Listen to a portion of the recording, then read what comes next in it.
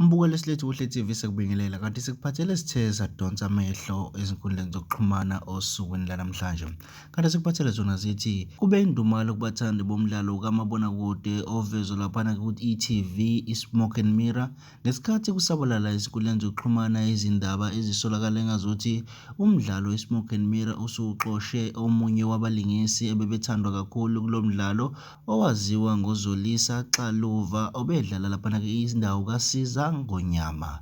Noma-ke ingakacaci isizathu sokuthi uxoshelweni, kodwa lokhu kube sekuthukuthelisa kakhulu ababukeli balomdlalo nokubenze badumala kakhulu ngoba ungomunye wabantu obesematheni noma obengumlingisi obengaconsi phansi ezinhlizweni zababukeli balomdlalo. Mbukeleli esilethu Kuhle TV, kanti-ke ungashiyela nawo ukuphawula kwakho ngalolu daba ku-comment section sizofunda khona.